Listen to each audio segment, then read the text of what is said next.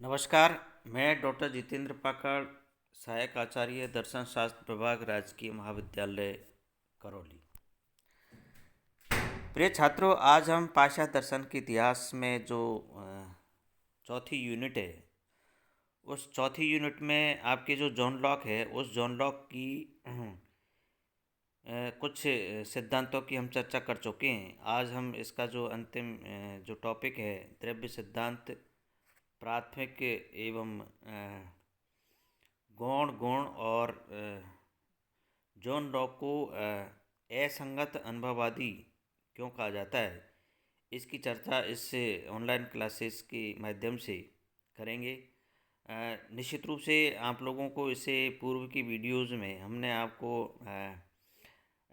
इसके जो चौथी यूनिट की जो लाइबनीज है और जॉन लॉक के विभिन्न वीडियोज़ के माध्यम से इनके प्रमुख जो टॉपिक है, विषय है, उनके बारे में आप लोगों से चर्चा की थी।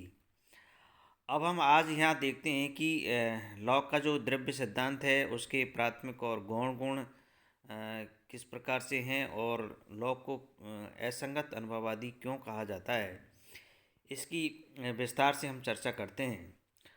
लॉक को विचारों से पाश्चात्य दर्शन में एक नई विचारधारा का उदय होता है। यानी लॉक के जो विचार है, उन विचारों से वेस्टर्न फिलोसॉफी में एक नई विचारधारा का उदय होता है। चूँकि लॉक अनुभववादी थे, इसलिए उन्होंने मात्र अनुभव को ही ज्ञान का साधन माना और दार्शनिक गुत्थियों को उसने साधारण अनुभव के आधार पर ही सुलझाने का प्रयास किया। लॉक के पहले द्रव्य की समस्या विश्व के परिवर्तनों, अस्थायित्व तथा विनाशशीलता के बीच एक स्थायी, अविनाशी, असीमित स्वयंभू आधार की खोज की समस्या थी और द्रव्य की अवधारणा इसी समस्या से प्रेरित होकर वस्तुतः मूलभूत सत्ता की अवधारणा से संबद्ध थी। परंतु लॉक के विचारों में इस समस्या ने एक साधारण आनुभविक स्तर की समस्या का रूप ले लिया। लॉक अपनी तत्वमीमांसा में तीन प्रकार के द्रव्यों की सत्ता को स्वीकार करते हैं और ये जो तीन प्रकार की जो द्रव्य है, वो है भौतिक द्रव्य, आत्मा और ईश्वर। इनकी विस्तार से हम यह चर्चा एक एक करके करेंगे। भौतिक, या जिसको हम जड़ द्रव्य कहते हैं, लॉक भौतिक गुणों के अधिष्ठान के रूप में जड़ तत्व की सत्ता को स्वीकार करते हैं। यानी जो लॉक है, जो भौतिक गुणों को मानते हैं, उसके मूल में जड़ सत्ता को मानते हैं। इनके अनुसार प्रत्यक्ष से हमें केवल गुणों का ज्ञान होता है। जो प्रत्यक्ष होता है वो केवल गुणों का होता है। इन भौतिक गुणों का बाह्य जगत में कोई न कोई अधिष्ठान होना आवश्यक है। यानी हमें जो ज्ञान होता है वो केवल मात्र गुणों का होता है, भौतिक वस्तुओं का नहीं होता। लेकिन इन गुणों का कोई न कोई तो आधार होना चाहिए। तो वो जो आधार है वो क्या है? वो भौतिक जगत है। इस अधिष्ठान के रूप में यहाँ जड़ तत्व अथवा भौतिक पदार्थ के अस्तित्व को स्वीकार किया गया है। भौतिक द्रव्य के 6 प्रमुख मूल गुण होते हैं। भौतिक जो द्रव्य होता है, भूत पदार्थ जिसको हम कहते हैं, उसकी 6 गुण है। जैसे विस्तार है, एक्सटेंशन होता है, ठोसपन, सॉलिडिटी, आकार, फॉर्म। चौथा है गति, मोशन होना चाहिए, विराम, रेस्ट, और संख्या यानी नंबर। तो ये के मूलभूत जो गुण होते हैं भौतिक वस्तुओं के, वो 6 गुण उनमें होते हैं।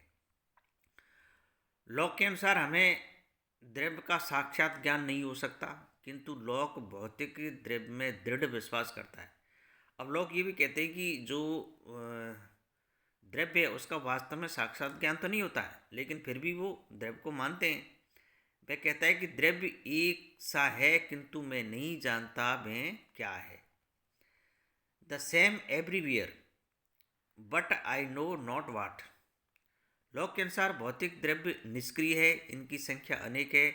लॉक जड़ द्रव्य को सिद्ध करने के लिए कुछ तर्क देते हैं कि वास्तव में जड़ द्रव्य जो है किस प्रकार से सिद्ध किया जा सकता है। तो पहला है, बाह्य पदार्थ ही हमारी संवेदनाओं के कारण है। यानी हमें जो संवेदनाएं प्राप्त होती है वो बाह्य वस्तुओं के कारण होती है। संवेदनाओं की उत्पत्ति के लिए बाह्य वस्तुओं या जड़ द्रव्यों की सत्ता आवश्यक है। यानी बिना बाह्य पदार्थ या जड़ वस्तुओं के संवेदनाएं प्राप्त नहीं हो सकती है। दूसरा, हमारी विभिन्न बाह्य इंद्रियों भी बाह्य वस्तुओं के अस्तित्व को सिद्ध करती है। जैसे पत्थर के टुकड़े को छूने पर उसकी कठोरता की अनुभूति होती है। यदि वहाँ पत्थर का टुकड़ा नहीं होता तो कठोरता की अनुभूति भी नहीं होती। तो अनुभूति के लिए जड़ वस्तु का होना आवश्यक है। तीसरा है संवेदना और स्मरण। स्मरण है अंतर भी बाह्य वस्तु की सत्ता को प्रमाणित करती है। प्रत्यक्ष से प्राप्त संवेदन स्पष्ट और पर्याप्त होते हैं, जबकि स्मृति या स्मरण में यह बात नहीं हो पाती है। इस प्रकार भौतिक द्रव्य का साक्षात प्रत्यक्ष नहीं होने पर भी लौक प्रत्यक्षित मूल गुणों के अधिष्ठान के रूप में भौतिक द्रव्य की सत्ता स्वीकार करते हैं। लौक मूल गुणों को वस्तु का वास्तविक धर्म मानते हैं, यानी जो गुण है वो वस्तु का वास्तविक धर्म है। इस रूप में मूल गुण वस्तुनिष्ठ है। तो ये इस प्रकार से ये भौतिक द्रव्य की व्याख्या करते हैं। दूसरा इसका है आत्मद्रव्य। लौक भौतिक द्रव्य के साथ साथ में अभौतिक द्रव्य के रूप में अनेक जीवात्माओं की सत्ता को स्वीकार करते हैं, यानी आध्यात्म। जहाँ बाह्य भौतिक पदार्थों को हम संवेदनाओं के आधार पर जानते हैं, वहीं स्वयं संवेदनाएं से मन के विषय में ज्ञान प्राप्त करते हैं। स्वयं संवेदन के आधार पर ही हम यह जानते हैं कि चिंतन, कल्पना, निश्चय, संकल्प करना इत्यादि मन के गुण हैं। लौक अनुसार जहाँ भौतिक द्रव्य निष्क्रिय है, वहीं आत्मा क्रियाशील है। लौक के अनुसार आत्मा स्वरूपतः ज्ञान शून्य द्रव्य है। दूसरे शब्दों में लौक न्याय वैशेषिक की तरह ज्ञान को आत्मा का आकस्मिक लक्षण मानते हैं। अर्थात ज्ञान जो है बाह्य रूप से आरोपित होती है, ज्ञान आत्मा में पहले से नीत नहीं होती, जैसा कि न्याय वैशेषिक मानते हैं। आत्मा में ज्ञान की उत्पत्ति अनुभव के द्वारा होती है, क्योंकि ये अनुभववादी है। डेकार्ट के विपरीत लौक कहते हैं कि चिंतन या चेतना आत्मा का सार तत्व नहीं है, बल्कि आत्मा का यह एक कार्य है। चिंतन करने के अतिरिक्त भी आत्मा को अनेक आकस्मिक क्रियाएं होती है। लौक आत्मा को प्रातिभ ज्ञान का विषय मानता है। तो ये इस प्रकार से यहाँ जो लौक है आत्मा की व्याख्या करते हैं कि आत्मा जो है अभौतिक तत्व है। जो भूत पदार्थ है उसके विपरीत जो अभौतिक तत्व है उसको ये आत्मा कहते हैं। और आत्मा में जो ज्ञान होता है वो आकस्मिक होता है, जिस प्रकार से भारतीय दर्शन में न्याय वैशेषिक मानता है, या पाश्चात्य दर्शन में बुद्धिवादी जो मानते हैं कि ज्ञान पहले से ही आत्मा में निहित होता है। ऐसा नहीं है। लौक ये कहते हैं ज्ञान पहले से ही आत्मा में नहीं होता, बल्कि बाह्य आरोपित होता है। तो ये इस प्रकार से इसकी सत्ता को स्वीकार करते हैं। अब इसका तीसरा जो द्रव्य है वो है ईश्वर। लौक भौतिक द्रव्य एवं आत्मद्रव्य के साथ साथ ईश्वर को एक सक्रिय आध्यात्मिक द्रव्य के रूप में स्वीकार करते हैं। यानी ईश्वर को भी ये एक्टिव तो मानते हैं, लेकिन आध्यात्मिक रूप में, यानी आध्यात्मिक द्रव्य के रूप में मानते हैं। ईश्वर का ज्ञान साक्षात नहीं होता है, यह एक निर्देशनात्मक ज्ञान है। इसका आधार दो प्रातिभ ज्ञान है, मतलब निर्देशनात्मक ज्ञान है। जो इनका जो आधार है वो ये है, पहला है आत्मा के अस्तित्व का प्रातिभ ज्ञान, अर्थात मैं स्वयं हूँ, अर्थात कोई वस्तु सत्य है। दूसरा यह प्रातिभ ज्ञान की शुद्ध असत्य से किसी सत्य वस्तु की उत्पत्ति संभव नहीं है। लौक यहाँ कहते हैं कि यदि हम जानते हैं कि एक सत्य वस्तु है और असत्य किसी सत्य को उत्पन्न नहीं कर सकता है, तो यह स्पष्ट निष्कर्ष है कि अनादिकाल से ही कोई सत्य वस्तु है, क्योंकि जो अनादिकाल से नहीं है उसका आदि है, और जिसका आदि है उसको किसी वस्तु ने उत्पन्न किया है। इससे स्पष्ट है कि वस्तुओं के अस्तित्व और उनमें निहित समस्त शक्ति का कारण सर्वशक्तिमान ईश्वर ही है। पुनः आत्मा यानी ज्ञाता, जो ज्ञान प्राप्त करने वाला है, आत्मा का कारण होने के कारण उसे सर्वज्ञ होना चाहिए। इस प्रकार यहाँ समस्त वस्तुओं के कारण के रूप में एक नित्य, सर्वशक्तिमान और सर्वज्ञ तत्व अर्थात ईश्वर की सत्ता सिद्ध की गई है। तो इस प्रकार से लौक ने ईश्वर को सिद्ध करने के लिए ये बातें यहाँ कही है। लौक के अनुसार विश्व की सभी वस्तुओं कारण कार्य श्रृंखला में आबद्ध है। ऐसी स्थिति में अनवस्था दोष से बचने के लिए ईश्वर को आदि कारण के रूप में स्वीकार करना भी आवश्यक मानते हैं। लॉक ईश्वर के अस्तित्व सिद्धि के संदर्भ में डेकार्ट के सत्तामूलक तर्क का खंडन करते हैं। उनके अनुसार वास्तविक सत्ता को काल्पनिक प्रत्यय के आधार पर सिद्ध नहीं किया जा सकता, जैसा कि डेकार्ट ने किया है। लॉक भी कांट की भांति ईश्वर को जगत का केवल निमित्त कारण मानते हैं। यद्यपि ईश्वर वस्तुओं और आत्माओं का सृष्टा है, फिर भी यहाँ लॉक के दर्शन में ईश्वर, आत्माएं और जड़ द्रव्य की ये तीन मौलिक द्रव्य के रूप में स्वीकार किए गए हैं। लॉक यहाँ डेकार्ट की इस अवधारणा का खंडन करते हैं कि ईश्वर जन्मजात प्रत्यय है। चूँकि लॉक बुद्धिवादी दार्शनिक है और बुद्धिवादी जन्मजात प्रत्ययों को मानते हैं, परंतु अनुभववादी जो है जन्मजात प्रत्ययों को नहीं मानते हैं, उनका विरोध करते हैं, उनका खंडन करते हैं। तो उसी संदर्भ में लॉक कहते हैं, लॉक के अनुसार मन सरल प्रत्ययों को ग्रहण करने के पश्चात सक्रिय होकर जटिल प्रत्ययों का निर्माण करता है। द्रव्य जिसे सब्सटेंस कहते हैं का प्रत्यय भी एक जटिल प्रत्यय है। उदाहरणार्थ स्वर्ण एक द्रव्य है जो रूप, रंग, वजन आदि अनेक सरल प्रत्ययों के योग से निर्मित है। लॉक के अनुसार द्रव्य तीन प्रकार के हैं: जड़ द्रव्य, आत्म द्रव्य और ईश्वर। जड़ द्रव्य सांसारिक भौतिक वस्तुएं हैं, इनकी संख्या अनेक है। इंद्रिय संवेदना से जड़ द्रव्यों का अस्तित्व प्रमाणित होता है और ये मूल गुणों के आश्रय है। आत्मद्रव्य यह एक आध्यात्मिक द्रव्य है, आत्मा के व्यापारों का ज्ञान स्वयं संवेदनाओं से होता है। और तीसरा ईश्वर, ईश्वर का ज्ञान निदर्शन से प्राप्त होता है। वह सर्वशक्तिमान, सर्वज्ञ, जड़ जगत का निमित्त कारण है। सत्ता, बल, शक्ति, ज्ञान, आनंद, अनंतता आदि सरल प्रत्ययों का संकलन ईश्वर का जटिल प्रत्यय है। सरल प्रत्ययों के अनुरूप लॉक ईश्वर की वास्तविक सत्ता में विश्वास करते हैं।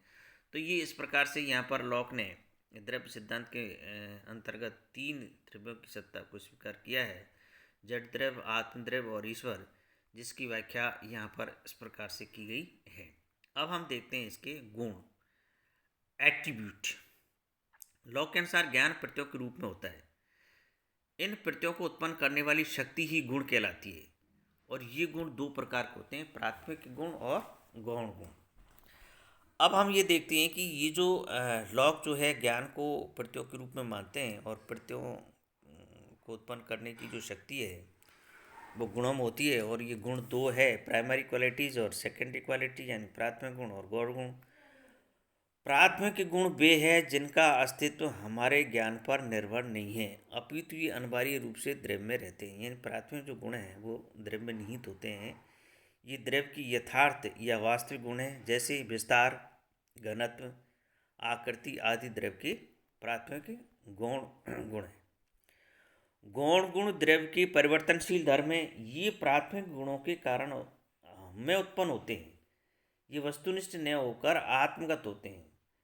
ये गौण गुण मानवों की इंद्रियों पर निर्भर करते हैं, जैसे रूप, रस, स्पर्श, गंध आदि गौण गुण कहलाते हैं।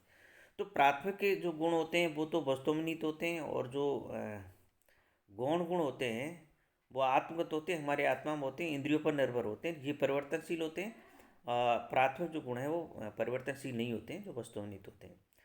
तो लॉक के इस गुण विचार से निम्न बातें उभर कर सामने आती है: बाह्य पदार्थों की वास्तविक धर्म होने के कारण मूल गुण वस्तुगत है। वस्तुगत का मतलब होता है वस्तु में निहित होते हैं, उसमें किसी प्रकार का कोई परिवर्तन नहीं होता। इन मूल गुणों का आश्रय वस्तु है। गौण गुण आत्मगत होते, अतः आत्म तत्व को सत्ता भी सिद्ध होती है, सत्ता सिद्ध होती है। तो आत्मगत ये जो गौण गुण होते हैं ये परिवर्तनशील होते हैं। मूल गुण परिस्थिति सापेक्ष नहीं है, जबकि गौण गुण परिस्थिति सापेक्ष है। जैसे विस्तार सदैव पदार्थ में रहता है, परंतु विभिन्न पदार्थों में एक ही रत्न विभिन्न रंगों में दिखाई देता है।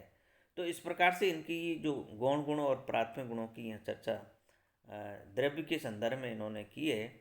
अब हम इससे जो सिद्धांत है लॉक का, उसकी आलोचना भी कर सकते हैं, आलोचना भी की जा सकती है। जब कोई आलोचनात्मक जो क्वेश्चन आता है, द्रव्य सिद्धांत की आलोचनात्मक व्याख्या कीजिए या प्राथमिक या द्वितीय गुण की आलोचनात्मक व्याख्या कीजिए, तो उस संदर्भ में हमें आलोचना भी लिखनी है।